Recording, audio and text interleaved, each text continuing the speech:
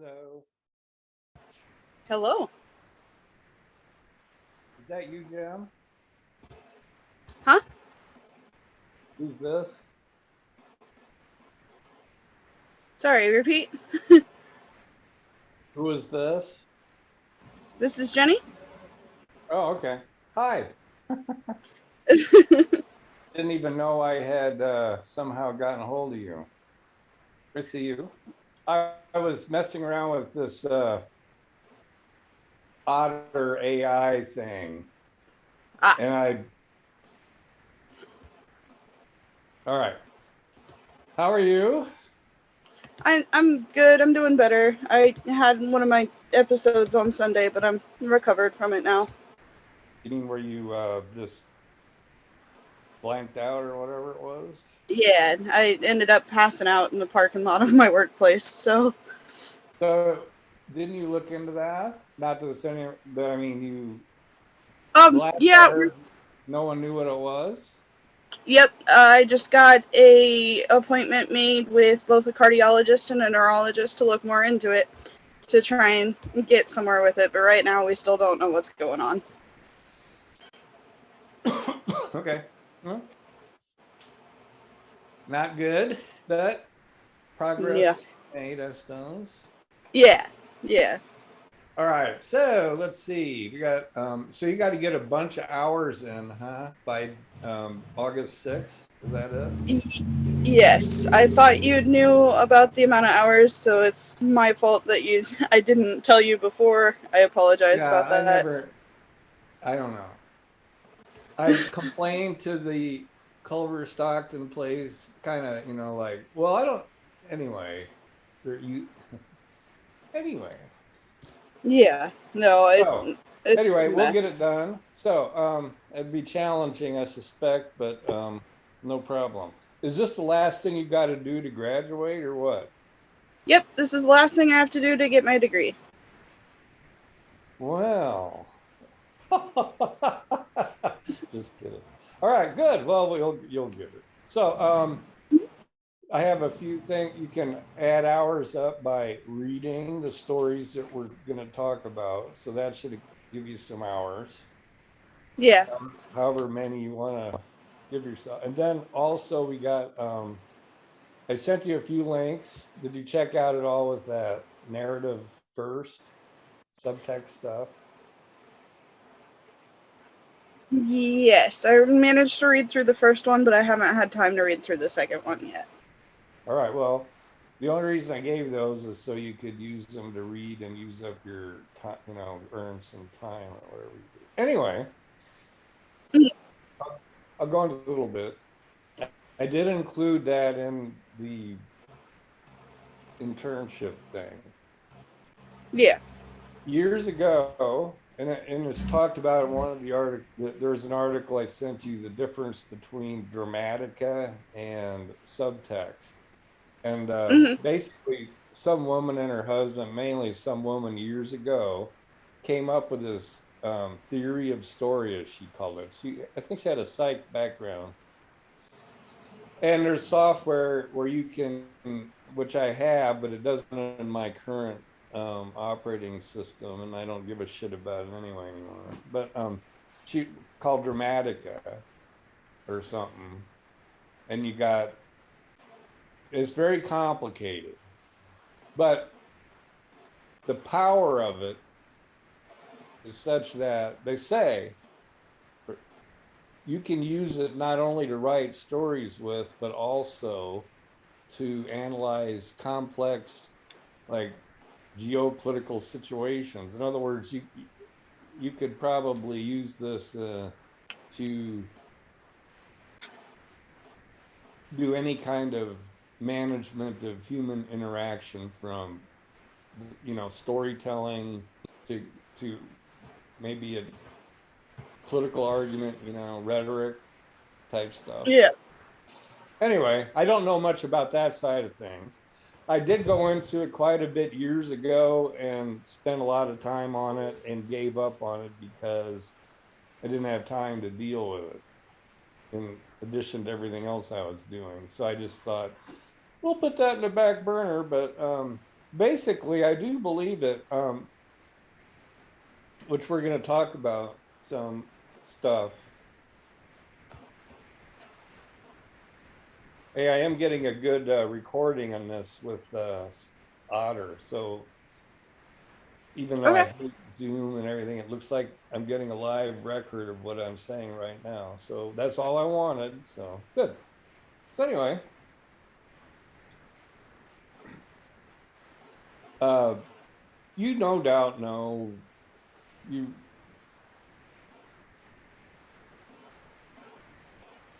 well, you like to write or you started to write, creative writing. Did you ever feel like you needed to go find out how to write, like look online and writer blogs and, how to write and all that? Um, Not really. In high school, I was part of a creative writing club that helped me kind of do everything that Googling that kind of thing would have, if that makes sense. Well, I don't even know what they teach you at school, of course. How about like, did you discuss things like models of writing, or let's say things like protagonist, antagonist, character story arcs, story Yes. beats? Do they go into Yep. that kind of stuff? Or Mhm. genre? Like for instance, genre expectations is what I would call it. Like if you were to sit down, do you ever read a romance novel? Yeah. Okay. Well, when you sit down to read a romance novel, you have an expectation. It's like a formula, correct? Yes. Same thing with science fiction and or categorizations of military sci-fi and or fantasy. There's all these categories. People expect stuff, right? Yeah. Well, that's sort of the thing that's in that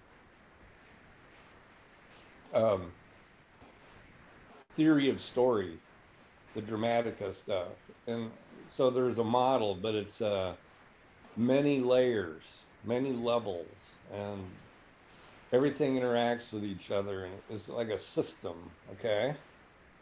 And Yeah. then what they spend a lot of time doing, you can go on YouTube, which I don't recommend at this point because you got other things to do. But anyway, a guy took this Dramatica and made it into an app, a web app, where he calls it artificial intelligence and all, which I doubt if it really is, because I don't believe that there's anyway. But I haven't used it yet, but I pay him like $300 a year or more just to have access to it because I'm trying to support what he's doing. Mm. Someday I hope, like around this fall, we have time to get into it. Yeah.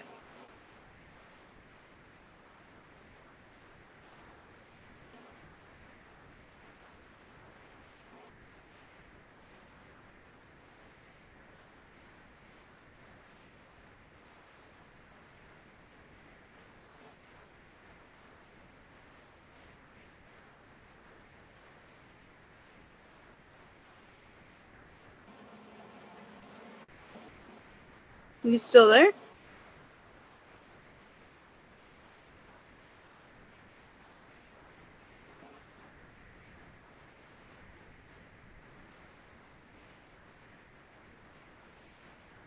Yeah, I lost you for a second. Yeah. Anyway, I have very bad internet here, although I'm using Starlink, the Elon Musk satellite system now, which is okay, Yeah. but yeah. So, yeah, so I don't want to use Dramatica to try to look at a movie. I want to use it. How would we use it to start a news story, which is it's supposed to do, and it has been used for that. But I think that's the place to go because obviously the story Siska stuff's already started, and I'm not gonna go back and redo all that. All right, Yeah. but I would like to use it in the near future to better comprehend it and to try to begin applying it because I think once we do, it might be useful. Of course, it might be crap. Got to find out. All right. I'm an open, out of the box type thinker. Try to be. If you can try to be Yeah. one. All right.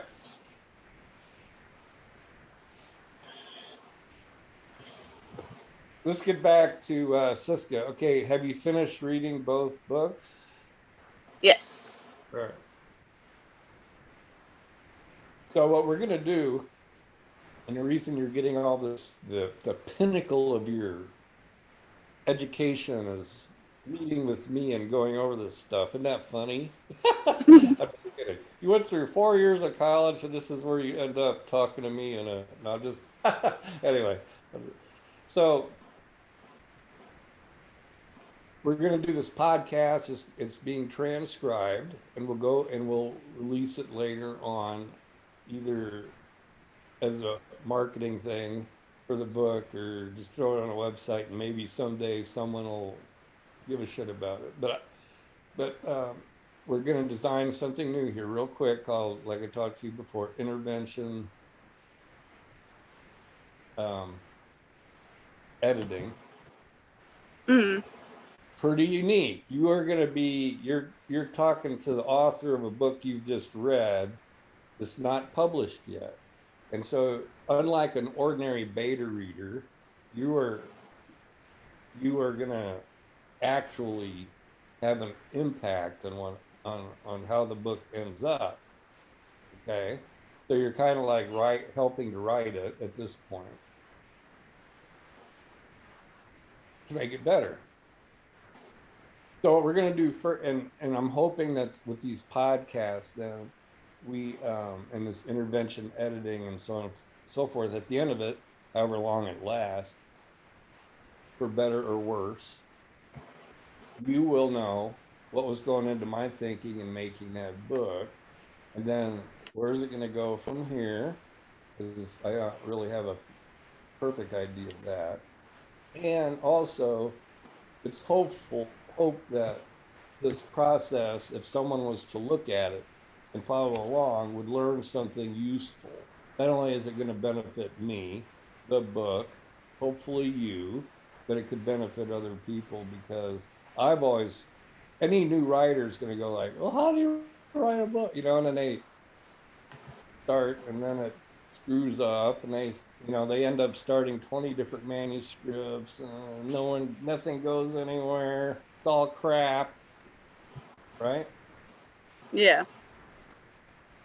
But if they see what some other writer went through, like the same shit, or maybe they learned something. So that's what we're trying to do here, is make something educational for others, as well as helpful to us and to the story.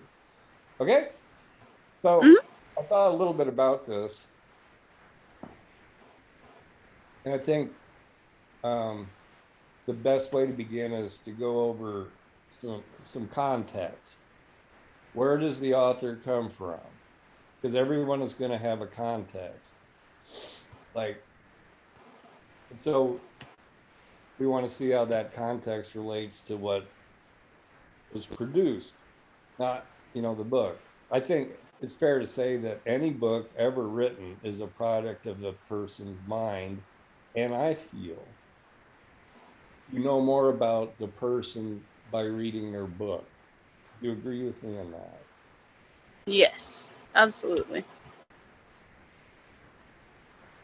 Doing a picture or a sculpture, or a musician playing an instrument, and with emotion, or a singer, they're all performing. And I think a writer is a performer too, but he is separated from his audience, by by a device most of the time, unless they're standing up and doing a poetry reading or something silly. Yeah. All right, so there's that. And so I'm going to go a bit into the context, which might be boring for you or whatever. And please interrupt me with anything you might want to add about your background, or what, you know what I mean, or questions. I don't want it all be me. Okay.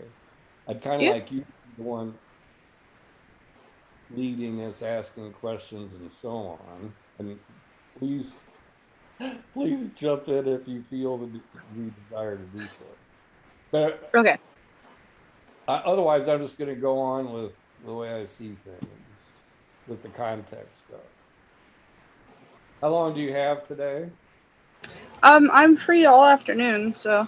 Oh, we're not going to do that, but we'll. All right. Any anything to say before I get rolling? Nope. Okay. I'm in agreement. All right. So here's the story. I think my writing begins with a couple of things, and I think the number one thing is my dad was a Lutheran pastor, Missouri Synod, if that means anything. For sure. It's a particular cult of of Lutheranism with about 1.5 million people in it now. There used to be like 3, but it's shrinking. Anyway, he was a Lutheran. He was converted into Christianity from a very smart grandfather I never met. He was killed in a power takeoff of a tractor before I was born, but he was a doctor, a lawyer, and ran 2 farms and was the public whatever up in Wisconsin around Milwaukee. So a real smart guy, but I also think he was a little bit crazy, like mental. So anyway, Yeah. that thin line between brilliance and insanity. Anyway, he got killed. But my dad became a pastor, and being a pastor means, at least in Lutheran, you do a sermon every week, like a 20-minute sermon every week, which my dad would give from the pulpit, and I grew up listening. So I think there's a bit of that there. I sat there, although my parents never made me go to church much. I mean, they were never super religious people, believe it or not. I mean, they're religious, but they weren't the kind who made your kids do stuff. They're pretty, Mhm. anyway. Uh, I do believe sitting there in the pulpit, listening to my dad, who was a real good sermonizer over the years, uh, kind of entered my heart, or obviously had an impact on me. But that's not writing a story. That's basically making a pitch, a sales pitch, for the pulpit. There is a bit of a format with Lutheran sermons. Not They can't just do, there's gospel. I mean, they got a pattern to it. But basically, Yeah. you tell a funny story to get everyone's attention, or some interesting story, and then you relate to it. What do and so on and so on. Which I think does appear elsewhere in me, but not for novel writing. All right, I read a lot growing up. Not crazy about it, but I can remember around 3rd, 4th, 5th grade starting to read science fiction books like Tom Swift. And by the way, my first was Tom Swift Jr., which was the 60s, 50s, 60s version of Tom Swift, which was a 20s, 30s um, syndicated children's science or young people's science fiction stuff. And then as time passed, there was no author for Tom Swift. It was just is one of those, a bunch of different writers would make it out, and then anyway, so a bunch of people wrote those books under the same pseudonym, Victor Appleton III.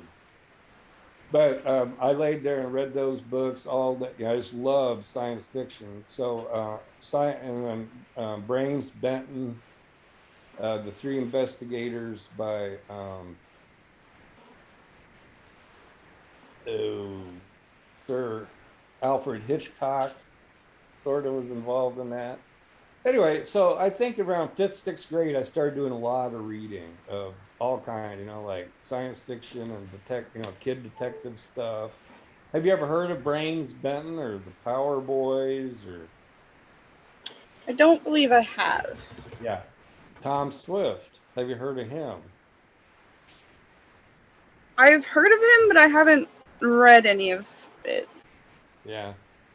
Well, it'd be like Tom Swift was this. I don't want to go into a lot of detail about it, but he was a like 17 or 18-year-old young inventor. His dad, was the ran Swift Enterprise. So Tom got to do whatever he wanted. He was super smart.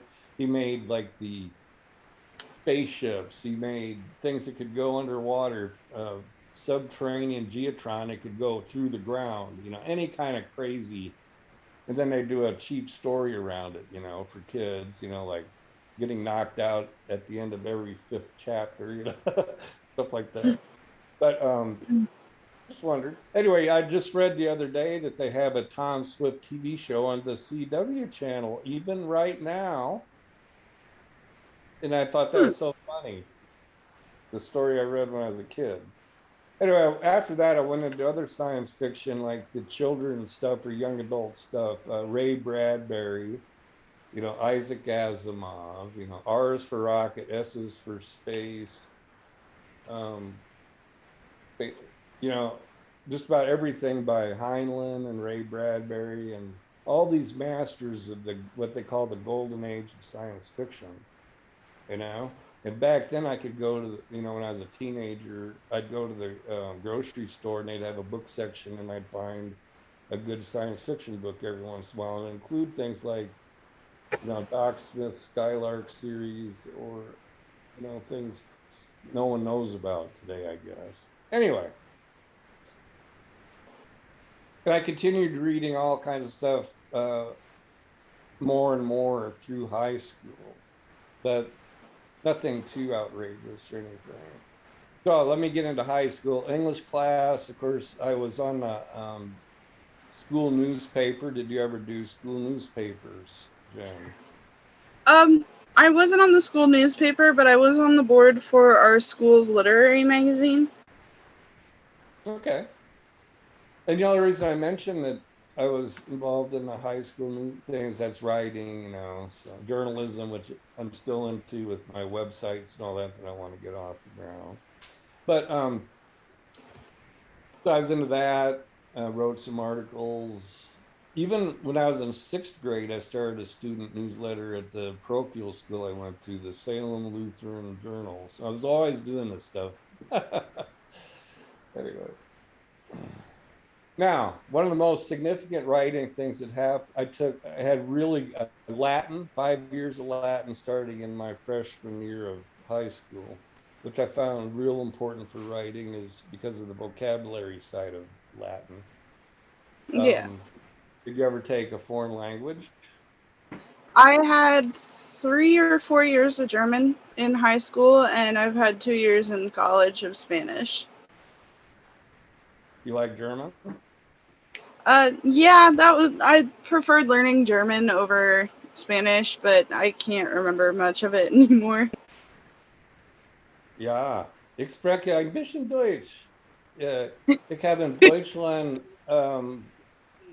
3 jaar gewoond. Anyway, I can get around in Germany and talk German just fine, conversationally. But Yeah. I'm studying it even now because one of the things I'm doing now is going back and relearning German, Latin, Chinese, and math and algebra and calculus. I'm just redoing it for kind of like brain train, keep the brain young. Yeah.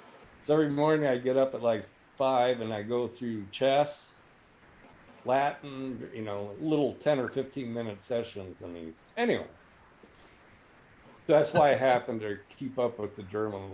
I've plus in the army they taught me, paid me to learn German too. So my son's a Chinese linguist, a Green Beret, and he's not really a language guy, but he does the minimum. About what I do. All right. Anyway, so I had really, really good English teachers, the best, and I read a lot of the required, classic stuff. Steinbeck. I read everything by Steinbeck, and of course J.D. Salinger. Did you ever read any Steinbeck, Jen? I read the Grapes of Wrath. Wrath. Yeah. Yeah. Okay. Well, anyway, he I wrote believe. a lot of books, and I read about every single one of them when I was in high school. So I would say I was kind of the literary sort. And we had the same teacher for writing advanced English and Latin, which was Elma Savage. And she just loved you if you were in Latin. What if you were in her Latin class? You got an A in English, you know. They're just so happy, you know, that you were taking it. Anyway, and I was the president of the Latin Club and won awards. And they had back then they had statewide meetings of all the Latin clubs, and they'd compete against each other, you know, in various ways. It was fun. Anyway, I remember this story. I wrote in for English class. I wrote a lengthy story, which I still have. Basically, the theme was that Satan. There was a heavenly council, and Satan was asking God for forgiveness. And it's probably 20 pages long, probably horrible. Anyway, I was proud of it at the time, and I mentioned to my friend Dirk DeFreitas. Now, that name Dirk DeFreitas might ring a bell with you, since that's actually in Siska as the invent as anyway. There's a character named Dirk, and it's named after the guy I'm talking about now. And so I mentioned to Dirk, yeah, I wrote because he was a year older than me, but we were in the same English class in high school. And he goes, I wrote a story like that once, but only it was God asking Satan for forgiveness. And a light went off in my head, like, wow, that took that concept and made it a lot more interesting. You know, Yeah. that was an example of thinking outside the box on that. And this Dirk de Freitas was a brilliant guy. Portuguese background, kind of long, curly, thick, curly brown hair, and he was real smart and very outgoing. He was involved in theater and stuff like that because he was just one of those outrageous, on the edge kind of personalities. And well, for instance, um, I went to Dirk's house one time, and he had an old beater car, and it was flipped over on its side, laying on its side, and it was all burned up. I said, "What happened to your car?" And he goes, he had nailed carpeting to it on the outside to have carpeting on his car, and of course caught on fire and burn up the car. But he had literally nailed carpet to the hood of his car and stuff. That's the kind of guy he was. As soon as he graduated from high school, he went on a trip. His parents were both college professors at McMurray, I think, and he went on an Italy trip and was hitchhiking and got killed by, you know, run over by a car. Anyway, that was the end of Dirk, except for his name in our book is the inventor of the Snowden thing, Mm. which is something I'm doing with the books.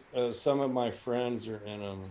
Like, you're gonna in book 3, you'll have Don Dalton, who's also dead, but he's a kind of an interesting guy and should be in the book. So anyway, that's it. A lot of time in high school and college, I went through the same writing thing, which was some idea would pop up into my head. Maybe it was, and then I would start writing with no idea where the story was going to go. I just liked the way it started. And I'd write a paragraph or two, and maybe I'd go on and get up to like 10 or 12 pages and start thinking, you know what I mean? And then it would just collapse and go nowhere. Yeah. Has that ever happened to you, John? Yes, I have several concepts that have just kind of collapsed into nothing. Yeah, but would you say that I think it's kind of common for budding, writers who don't know what they're doing to sit down and go, oh, I got an idea, and they sit down, they start the beginning of the story with the first sentence, and then it goes on for a little bit, but then a number of things interfere, like plot, life, whatever, and the story just doesn't go anywhere, right? Yeah. Yeah. Yeah, and that's what I did for decades. I'd get some cool idea and I'd start writing it, and then it would just die. I've kept, a number of these things. Now, Mm. I will admit, Siska book does have some of those old ideas, because, to me, it's the ideas that are important, and they can be transferred from one story to the next. Like, let's say, oh, I won't go into all that yet. We'll do that later. But generally speaking, I'd say that that's the way it was with writing for me, is that when it came to creative writing, well, for my PhD, my doctorate, I got all my classes knocked off right off in like 3 years, and then I, like most people with the doctoral dissertation thing, it took about another 10 years to get, I was, you know, obviously founding companies and working full time, going to school for, all the time. Yeah. So I was always busy, but yeah, creative writing went nowhere, except I'd get an idea and then I'd start on it and then it would collapse. So in summary, because I don't want to go on and on with background and all that, but I do want to say that people should reflect on their background, and because they, the adage or whatever that word is, that meme is, write what you know. You've heard that phrase probably, but Yes. it's bullshit. Really, you got to write who you are. You can't get out of it. Let me give an example, and it's not like coming up with the idea, and then, but one of my favorite books is by an author named Alistair Reynolds. He's a what's known as a British hard science fiction writer. Hard means it's supposedly scientifically accurate, not this fantasy type stuff where, well, we can make up a device that can go, the other side of the universe in 3 seconds. They actually had to obey the rules about, speed of light and stuff like that. Or if they warp, they got to have a good reason for it. Anyway, Alistair Reynolds is one of the best science fiction writers today.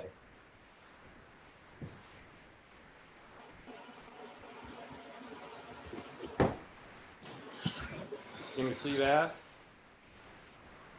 I still just see your name. Oh, fuck. I thought you were seeing my picture. No. Well, how do I get you to see my picture? On the bottom, there should be a thing by the mute that says start video.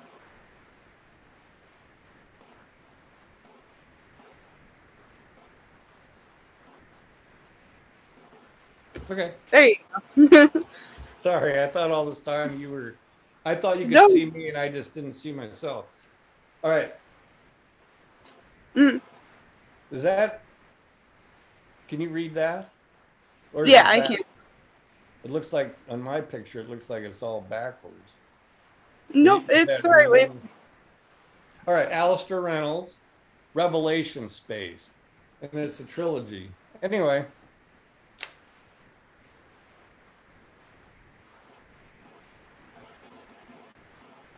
I'm just going to read a few sentences from it. The way it starts. Okay, this is deep space. It takes place in Mantell Sector, North Nekabet, Resurgam, Delta Pavonis system, and the year is 2551. There was a razor storm coming in.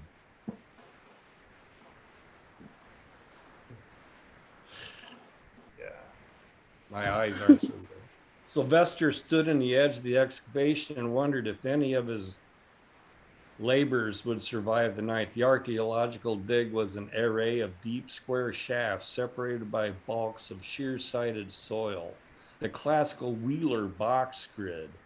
The shafts went down tens of meters, wailed by transparent cofferdams spun from hyperdiamond. A million years of stratified geological history pressed against the sheets.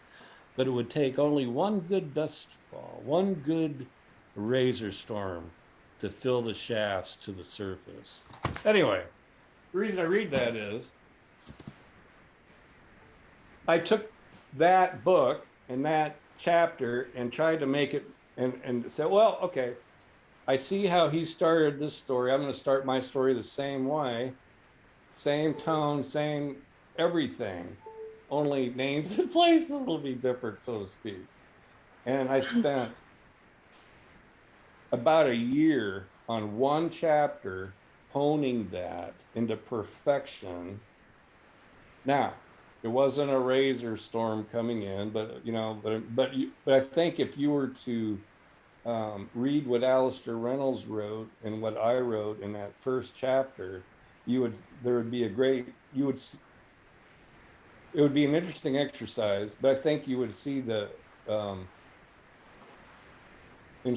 the effect his writing had on me, because I was trying to copy him.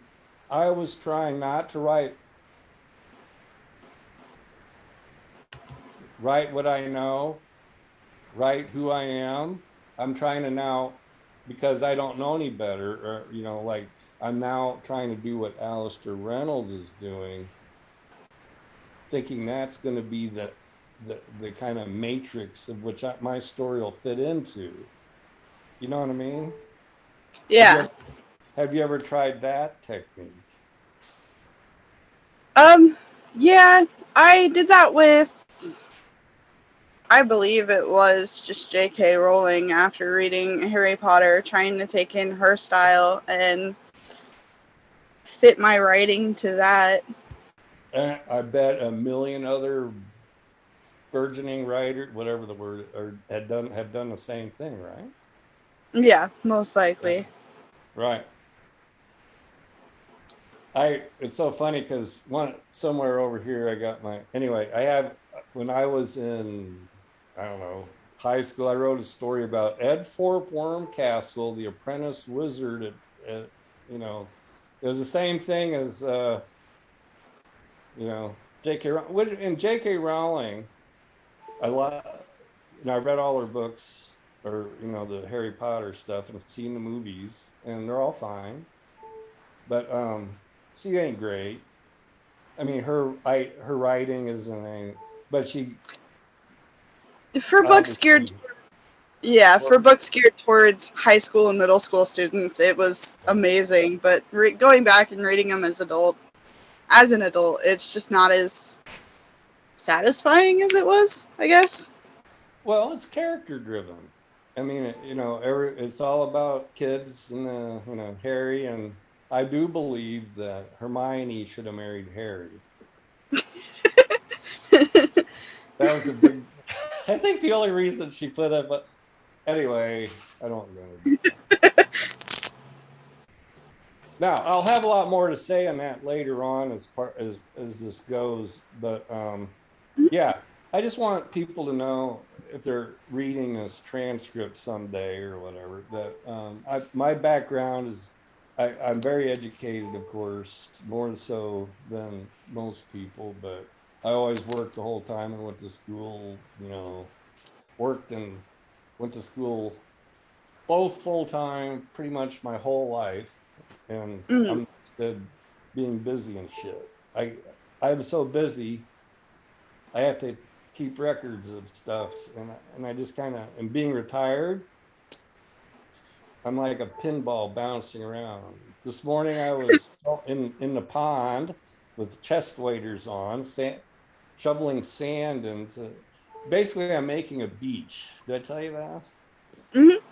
Yeah. So I got that, and it's a real thick fabric, like not velvet, but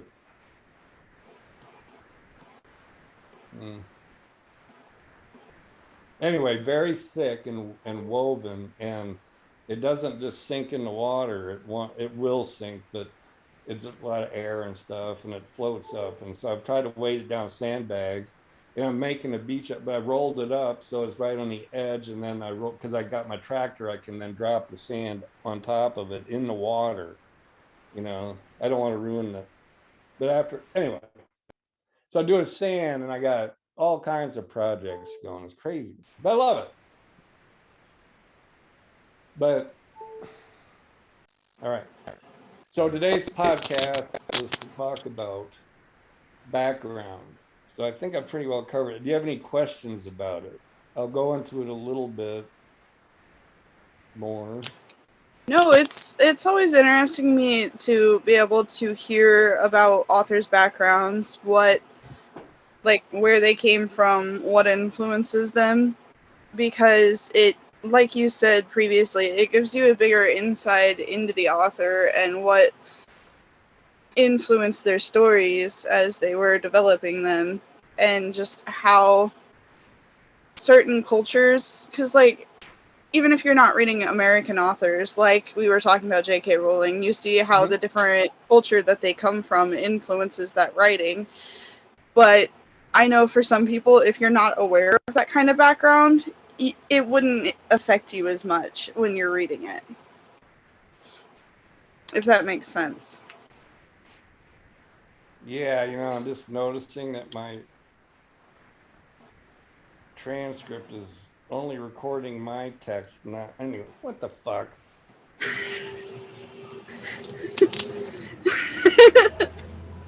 Anyway, well, that's okay. We can still use this because we got the. I I am finding myself very frustrated every at technology right now. It's like I just want to just strangle stuff.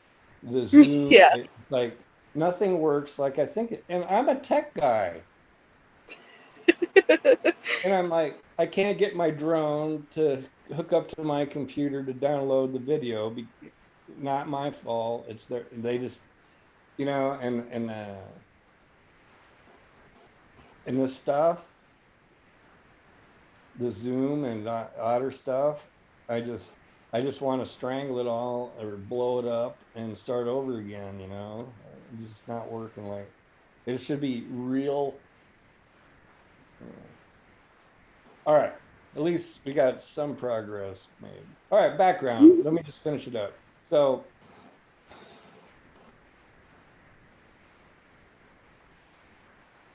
I had the normal English school, school education English. I did get in, which is mainly just reading the current ideas, what the classics are in school, and then do creative writing of various kinds, just little assignments and all that. Nothing different from anyone else in my generation at all.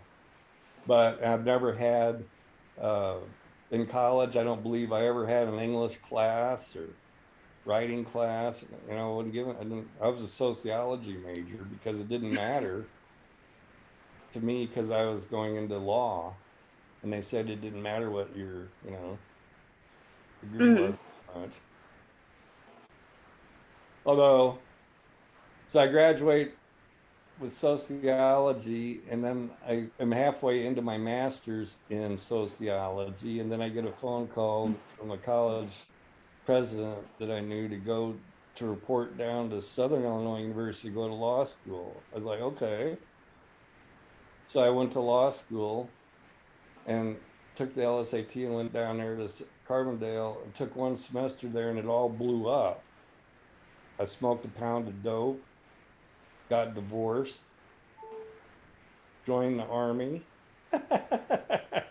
Yeah, I didn't, it was awful. I had no idea what I was doing in law school at the time. The teachers hated me. They didn't, anyway.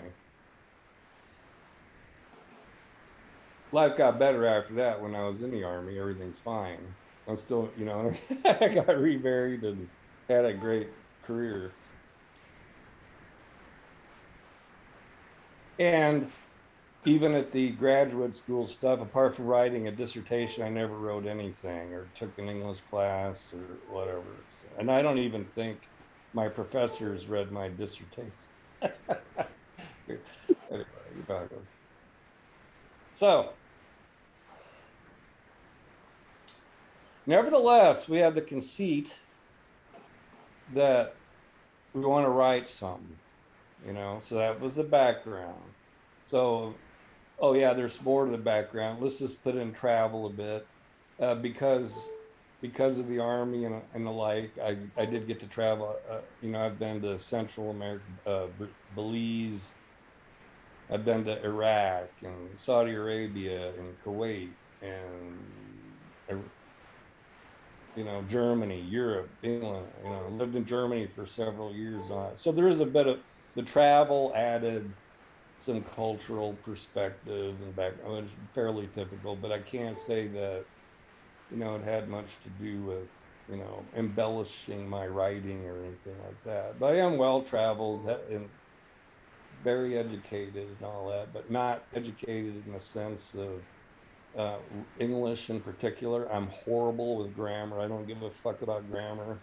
Uh, I don't even know. I mean, I'm not stupid, and you just kind of learn under your skin how to do stuff. But technically, I leave that up to other people. How are you with grammar? It depends on whether I'm trying to rush to get something done or if I'm taking my time. If I'm rushing, grammar doesn't matter, but if I'm taking my time to actually get things done the first time around, well, then I'll stop and work Yeah, on my grammar. none of that got recorded, but I think um, Zoom itself is recording a transcript too, but we'll see. And it's Mhm. awful, but I think it might be worth it. So anyway, yeah.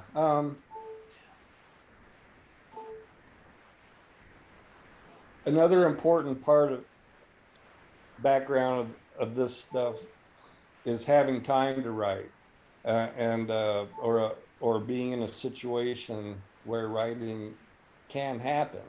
Yeah, you see stories, you know, like the Russian author got up at 3 in the morning, worked two full-time jobs, supporting his family, and would midnight, you know, or what, whale oil lamps all night long, whatever, you know. But yeah, so I'm not driven like that.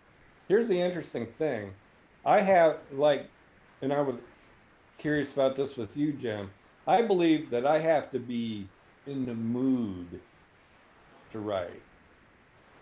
And that's what do you think about that?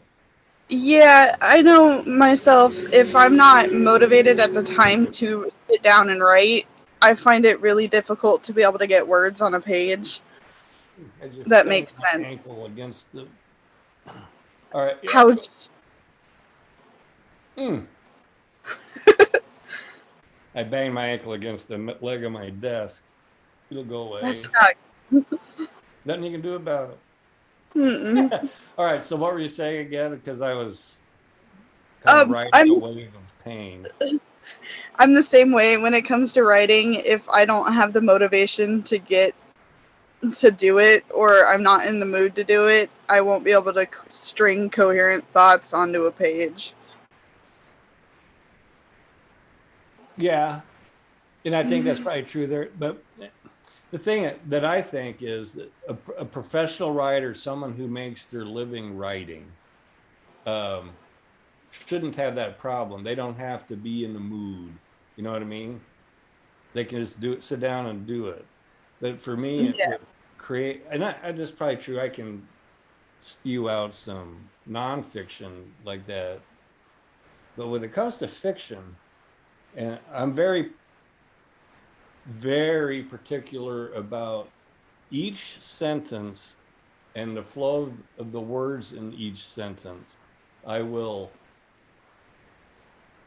craft each sentence and to until I am think it's the right words in the right order, expressing the correct sentiment, and so on and so forth. And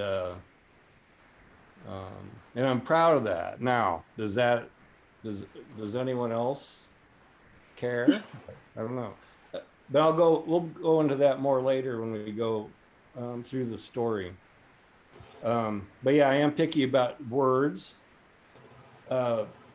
I also use a word processor, and I think people need to know this with context. The software I use is called Scrivener, and it's mandatory to write with because it divides everything up into whatever, chapters. One of the biggest problems with writing is what I call forest for the trees. That basically trying to keep track of what's going on, where we're at, what other characters know about what's going on at this point, as opposed to what they shouldn't know at this, logically. You got all that crap going on. And then you got timing issues of making it interesting to read and not just dwelling so much on this shit, and then yeah. Anyway, lots of irons in the fire all at once to keep track of. And if you're using and if it's the lengthy document, like 20,000 words or longer, and you're in a word file that's 100 pages deep, it's so hard to just navigate. You spend 20 minutes just going from, okay, where was that? You know what I mean? Yeah. But Scrivener, if you divide everything up, I have a note section and a chapter, every chapter. And then, so I just write there, and I can go right there, and I can move things around and so on. I also spend a lot of time worrying about all that, but when I write, let's say I am inspired to write something, I'll sit down and knock it out. Okay. And my flow, have you ever had the flow? Mm-hmm. Yeah, it's rare. Yeah, it's great when it happens, but I can't Yeah. make it happen. But let's say you're in a flow for a bit, and words are just coming and you're popping them down, trying to keep up, and then done. So you go back and edit it.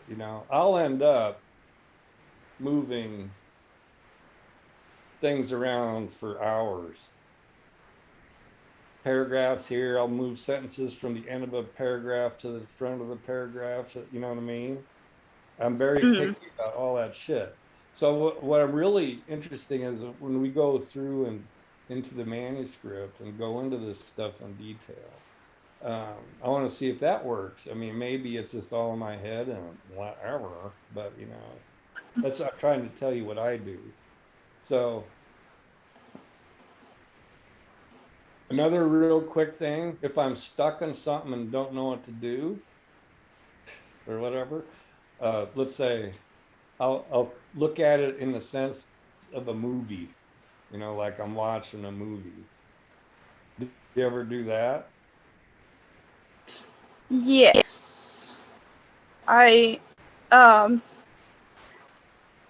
oh, sorry, brain stopped working for a second there. It's A okay. lot of what I imagine usually is kind of that movie-esque thing where you're seeing it scene by scene, or watching everything play out. The characters kind of feel like a separate entity from you at times as I'm writing. Yeah, separate entity. Yeah, yeah. I could go on, and I will go on later, and not on that topic because it's just a little bit too early. But anyway, so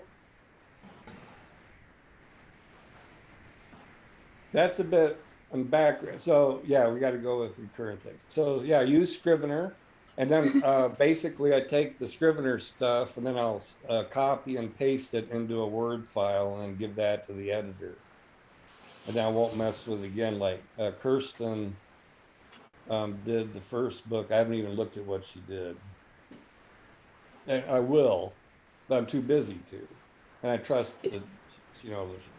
because she's going to make it grammatically and correct. Yeah.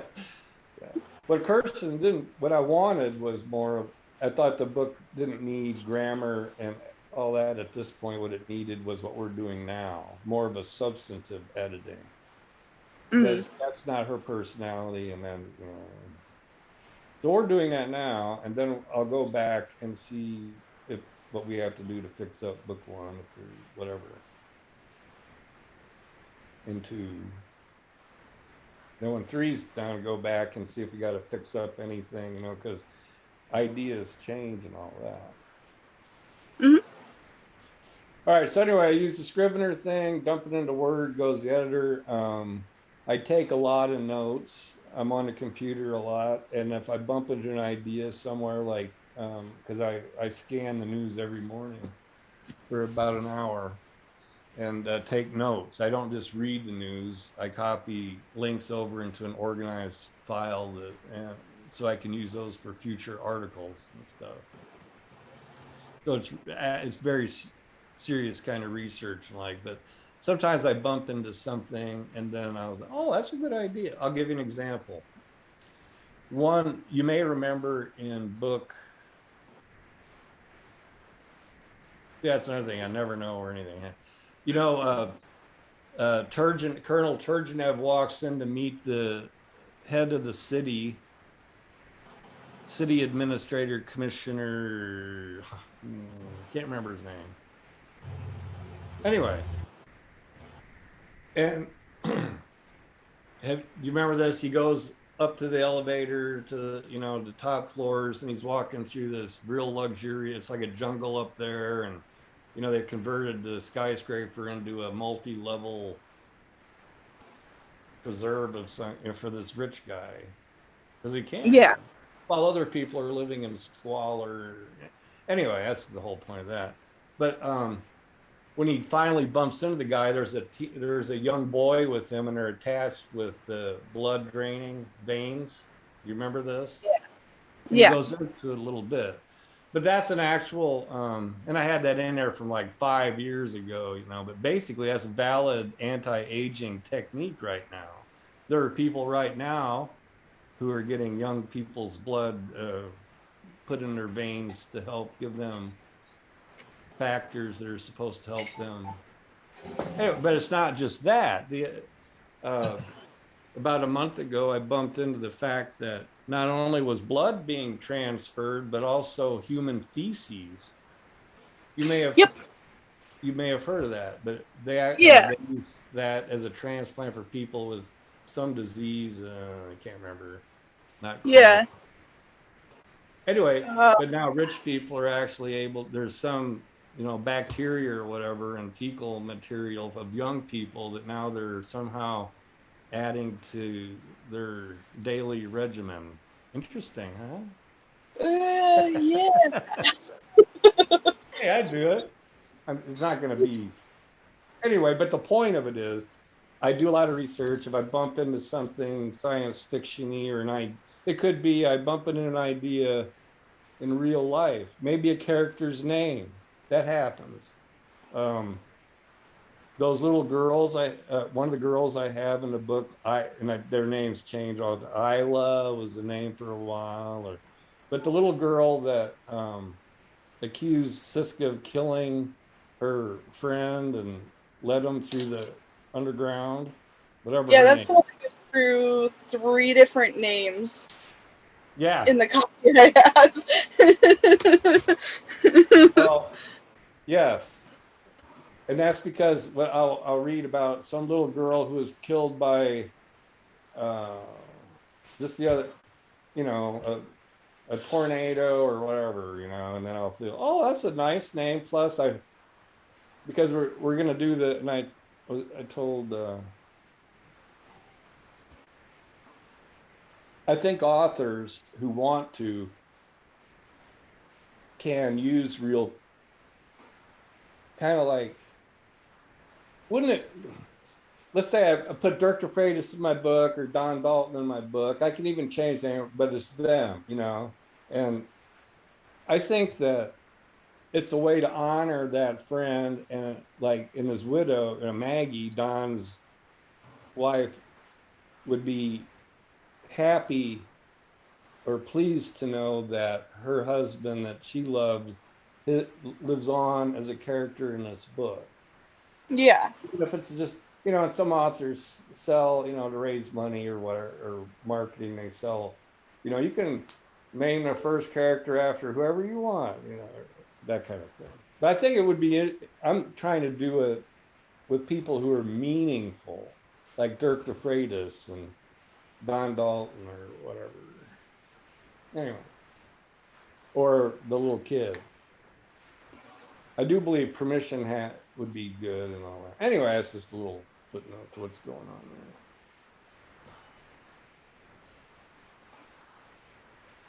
there. Yeah, but what you did mention was how hard it is just to know what is going on, or names, places, who knows what, when, all that forest for the trees thing. Um, it's a constant challenge, and why authors need other people to read this stuff. Now you read it, and as a first time reader, you go through and you had your experience. And I think that is the one we really need to pick at and find out. And we'll do that next time.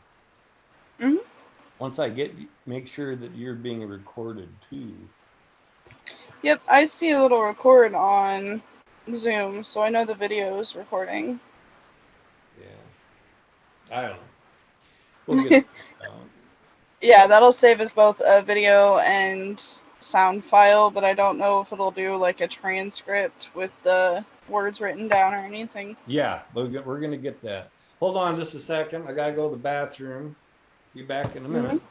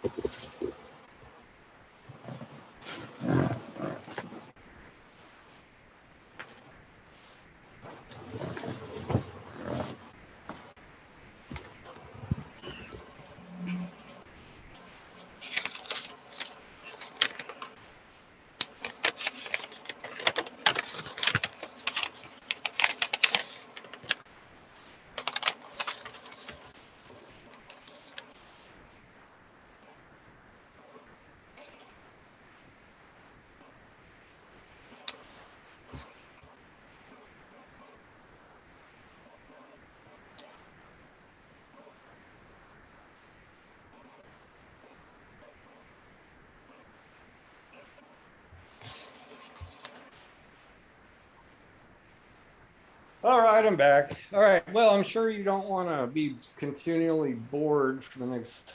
All right.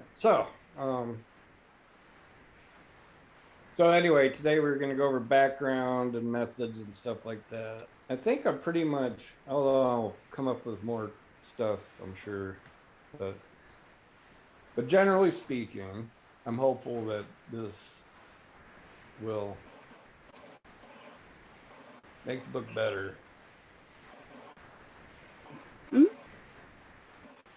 All right, I'm going to shift this for a few minutes into the beginning of the story and inspiration for the story, stuff like that, okay? Yeah. All right, so okay, so there I am about, I don't even know, 8 or 10 years ago, a long time ago, in my writing thing. Let's say I was going through a bad time. Health was bad. In fact, I almost died, I think, with uh, hyperthyroidism or something, and blah, blah, blah. Anyway, I was never going to that. But anyway, I was doing a lot of research about writing and crap, and poring over my old notes and stuff. And came up with, but it was at a point in my life where I was feeling actually like a writer, like creative writing, not everything else I was doing. So, one of the things that I felt I needed to do is to try to write was to learn about the business of writing and all. I mean, it's a whole thing, not only writing, but the business side of it. I joined an online forum which allowed critiques of, writing samples. And have you ever gone through that, Jim? A writing Yep. critique?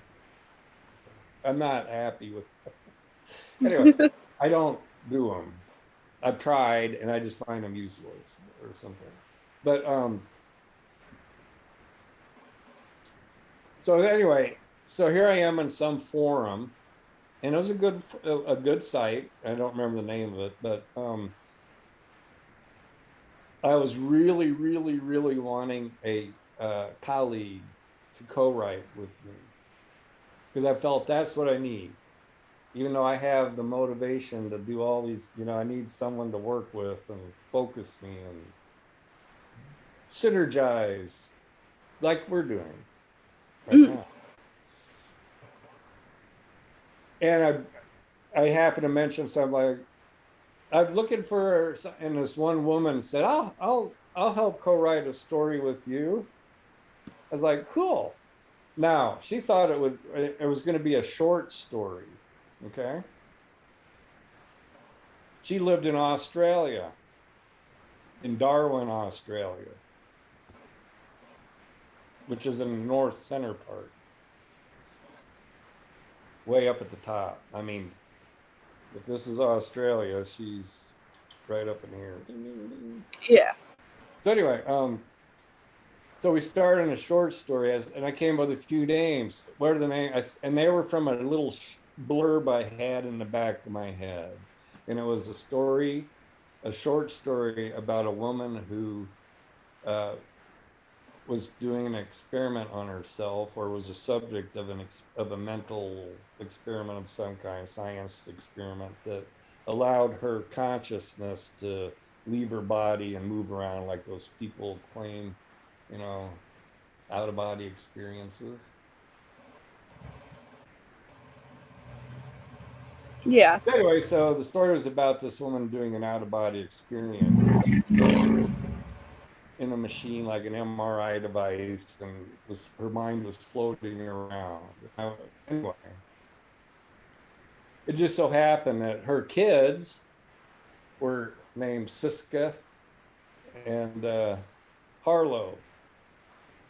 Whatever that Siska and Harlow Turk, Siska, I can't. Anyway, um, those names had something to do with that science fiction story about this woman's brain, leaving her body. But when we started that short story, I said, "Hey, I got a couple of names I like," and threw them out there. And so we started on this story, and of course, because she was from Australia, it was set in Australia. And about 2 weeks after we started and wrote about 3 pages or something, she quits because and I didn't blame her. First of all, her name was Caroline, real nice. She was a lawyer too, and she was going through a divorce, but she had written and had a not beautiful kid, man, a teenager that over the years I was watching grow up online, from like 7 to teenager, and it was just amazing to watch. But we're not in contact anymore because Facebook. So anyway, we started writing this. It didn't get very far. It was in Australia, and it was Harlow and Siska, and something about an AI character, artificial character, and that was it. And then she said, she was a fantasy. She was doing children or YA fantasy stuff, wizards and stuff, just like Harry. And I edited that for her, like whatever. And yeah, meaty. And it wasn't going anywhere. Let's put it that way. Although, anyways, long story short, she quit. Done. She gave me the rights to everything. There was nothing in Cisco now that she had anything to do with. So, but that's why the story started with those names over in um, southern Australia. But book 3 is not taking place in. Australia. Mhm. So that's how it started. And then, so I took it back and, or, you know, thought, okay, so because the story was growing, in fact, it grew from a short story to a trilogy, obviously. And that's what I do with everything. Because one of my problems is I never know when to quit. I'll just keep going and going past the point where everyone else would have quit. And maybe this book is at that point, but whatever. All right, so you are the only person on the planet who has read both books. Mhm. No, you should get an award for that. How about this? I got the coveted. I I 3D printed. One of the marketing things I'm going to be doing is the when we publish these is I'm going to win the best book ever written award. So I made this up, but you heard it too. Anyway, I have a thing called slash sarcasm website, in which, and this is going to also be used as a prop for I'm going to give awards for all kinds of stupid shit. Anyway. All right. So next time we talk, we'll start off with chapter one, or I mean, I could do it now, but I think you probably want to take a break, or right. Yeah. And we can start, but we do have a lot of time to make up. So here's what I think you should do. You need 100 hours or so, right? Yeah. And there's not a lot of time. Well, all right. And I'll send you another email. But naturally, the time spent on this, time spent reading, time Yeah. That spent was. preparing for these podcasts, the podcast itself. We will get the podcast done. I'm expecting it. I don't know how long it'll take, but it won't be no 100 hours. That's where we have these other couple of things thrown into the mix that we can do, Mhm. like the narrative first, subtext, dramatica, operation. You can spend time learning about that. Just read those blogs and the like, and we'll go over it more in a week or so. And then you can also get time. What I'm hoping for, Jim, is that by August 6th, we have completely, you and I are on the same page with these stories, Mhm. right? And there's book 3 to go.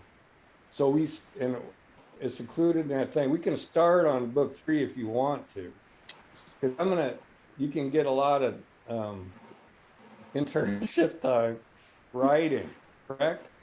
Yes. I, I, and what we can do is try. I am not opposed to adding you as an author on a third book if you do enough work to justify that. If you want to, you might Mhm. think the book suck and you don't want to have anything. I don't know, but we could use up your time by starting on book 3. Okay.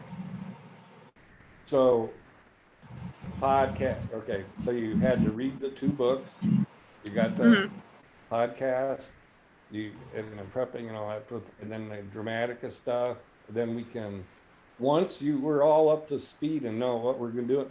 I think, or my hope is that when we're done discussing books 1 and 2 as we're going into, along the way, you will have synergized with me. We'll have generated some cool ideas Yeah. about where book 3 goes, Mhm.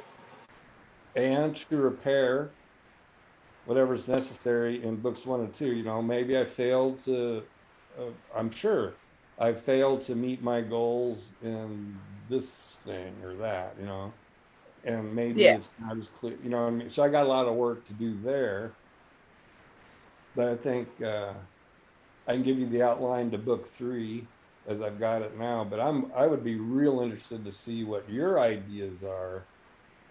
So keep that in mind. what would be super cool at the end, within a week or two, we get the podcast is done. We're on the same page. We know, you know, as much as I do about it. You've reminded me of things I forgot, you know, blah, blah, blah. We know what needs to be fixed. We start on 3 with some, and you say, let's say you go, just to make up something, you're like, well, I don't like the way book 2 ended because, or I think by reading ahead with it, because I've got about 55K of book 3 already done. I mean, stuff, you know, it's in the file, notes and text. I mean, it's started. Mm. But, and I have a kind of a super cool, vague idea about what happens to Siska's sister. So I don't want to discuss it with you, but not yet. But I think we will have some interesting conversations going forward. Hmm. What do you think about all of this? I'm really excited to have this opportunity. Like I've said before, this kind of thing is very, very interesting to me, to be able to sit down with an author and go through the book, like not word for word or like sentence for sentence, but like that intense into it, and get the reasoning behind different things, and just develop more of that relationship between the book and the author. Yeah, I think that. Yeah, I think that would be very fascinating. I mean, wouldn't you like to? Let's say J.K. Rowling, and you're in front of, and the book isn't published yet. You know, and you know, you could have a real impact. I think it's Mm. amazing because she'd go like, "Oh, you know, you're right. Hermione should have married Harry. I got to Yeah. go back and redo all that." But you know what I mean? And so, you know, I think the reason she went with the way she did is because it was too natural for Hermione and Harry. That she needed a monkey wrench to, you know what I mean? Yeah. Still, it ain't right. They would have had wonderful babies together of even more immense power. Yeah. You had the superior. Oh, anyway, God.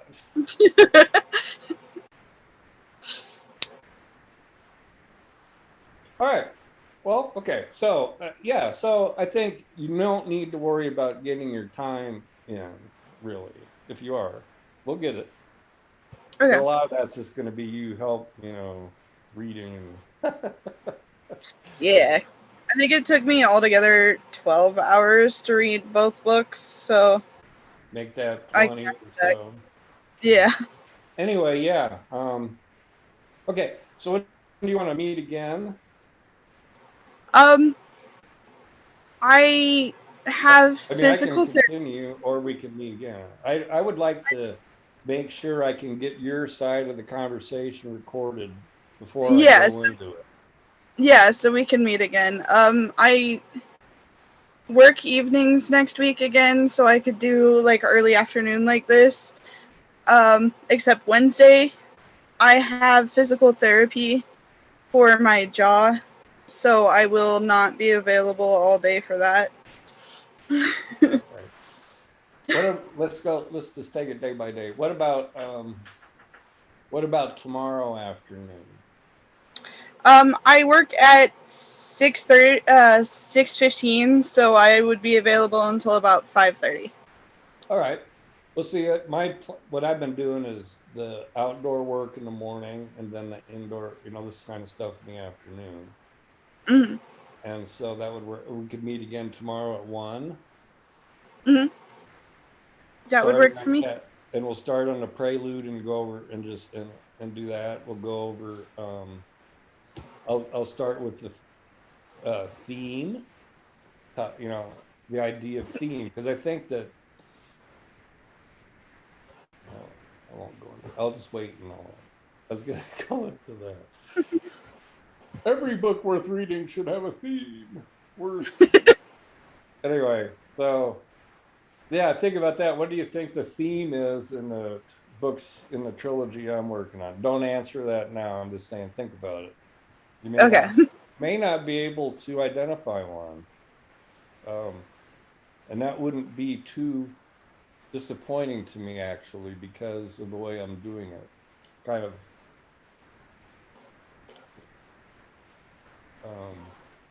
implied, as in the rich guy living in luxury while everyone is, the rest of the people are living in the hallways, that kind of thing. Typical.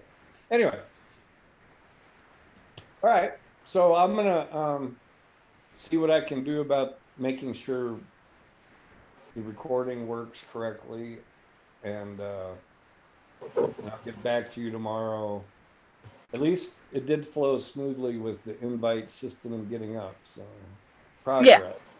And I do have a recording here, but just me. All right. Well, you take care. I'll see you tomorrow at 1. And in the Yep. meantime, because you need to earn or accumulate hours, work on that subtext narrative first. When you're ready, I can give you the login and you can log in and play around, look around the websites. I'll send you Okay. that. Hmm. And spend a dozen hours learning about narrative first. I think it's worth it. Yeah. I would like us to use that in the future. And the other thing you can do is think about book 3. So in the back of your mind, where would you go with the story? Where do you think it's going? All that kind of stuff. Yep. Who's gonna die? Just, yeah, I did kill off Becca.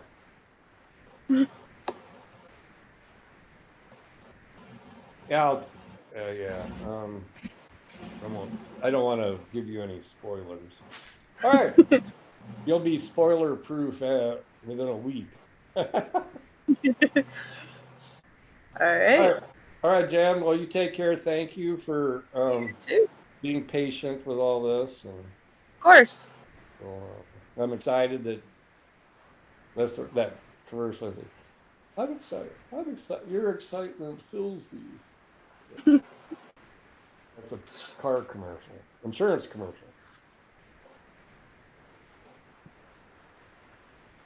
All right, All right. get off. I'm already looking for more bullshit to go on about. Once you get me going, I don't like to stop. Oh, I'll say this one more thing. When we were talking about authors and motivations and all that, I think I definitely have come to the understanding, for good or for bad, that a writer is a performer, a storyteller. Okay. Mhm. And usually the printed page and others read it, a month or two later and all that, unlike an instant performance in front of an audience. But yeah, you got that. But I think that what I'm trying to add to that sentiment is that I perform better when I have an audience. Mhm. And I think that's true of performers in general, singers, musicians, and all that, football players. When So I don't want to sound childish or something about it, but what I'm saying is I I could come up with funny things to say, or what I think are funny or clever or smart or cool or sophisticated, whatever things to say or to write. But if no one's going to read it, if I'll just wait, then I usually don't even bother. It's like Facebook. I could post something cool or funny on Facebook, but I've learned no one gives a shit. So I just don't do it. So what happened is people missed out on people missed out on something, probably, possibly clever, funny, interesting, smart, whatever I'm trying to do. You know what I mean? Yeah.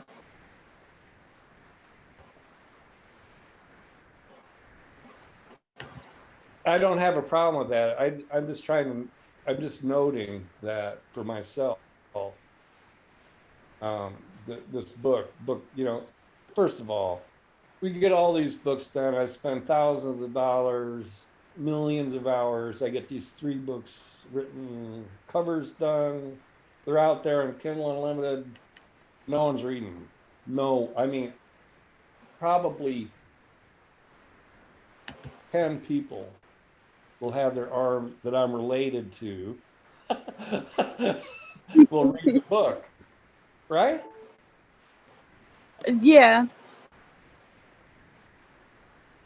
But we got to act as if, hey, this is going to be the biggest bestseller ever, life changing, right? Yeah. It doesn't, and the fact that 10 people read it or whatever doesn't mean it's a bad book. It just means it's all a marketing thing. Like I've discussed maybe with you in the past, there's the millions of writers, performers, singers who are very good, but they don't make the big time, right? Yeah. We don't judge them by being, she doesn't have a bad voice.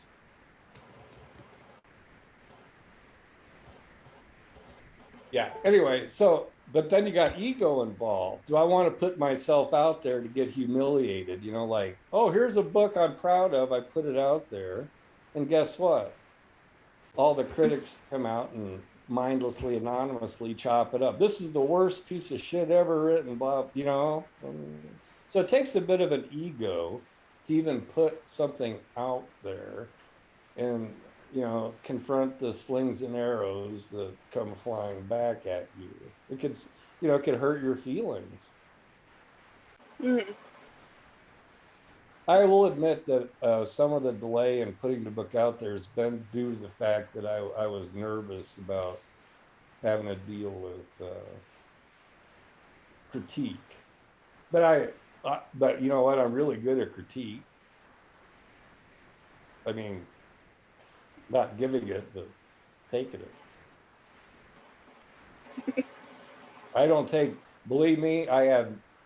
Although ego's involved, but I don't take it per. It's not going to kill me. I'm confident that I will be extremely fortunate if more than 100 people read the book and like, you know what I mean? I just know it's not going to go far because Yeah. but we're going to try to market it. I'm doing the websites and controversies and everything I can think of to get this thing out there. But going back to the issue of performance, and then I'll stop. And that is, um, I admit that I am motivated at people um, appreciating what I do. And if no one appreciates it, if no one's reading, then I just not, I'll just keep it to myself and they won't be as, they won't, get it. What do you feel about that notion? Do you ever not do something creative because no one's going to give a shit, or Yeah. you One of the biggest. does This might be performing personal. motivate you?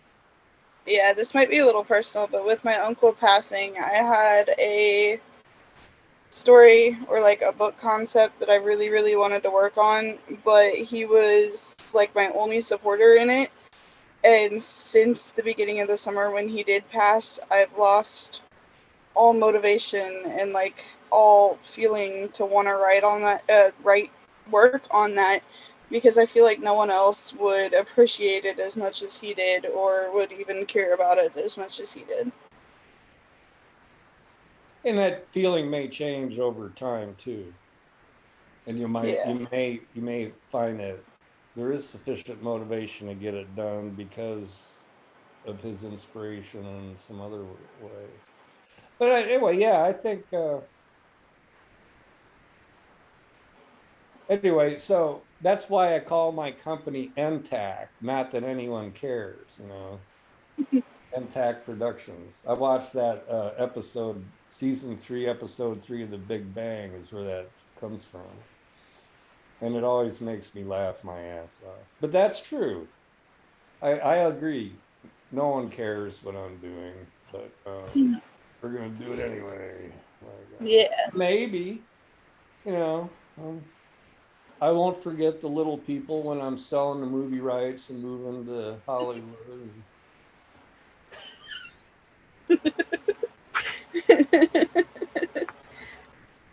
Yeah, I tell my wife that one all the time, and she's like, she knows what it is.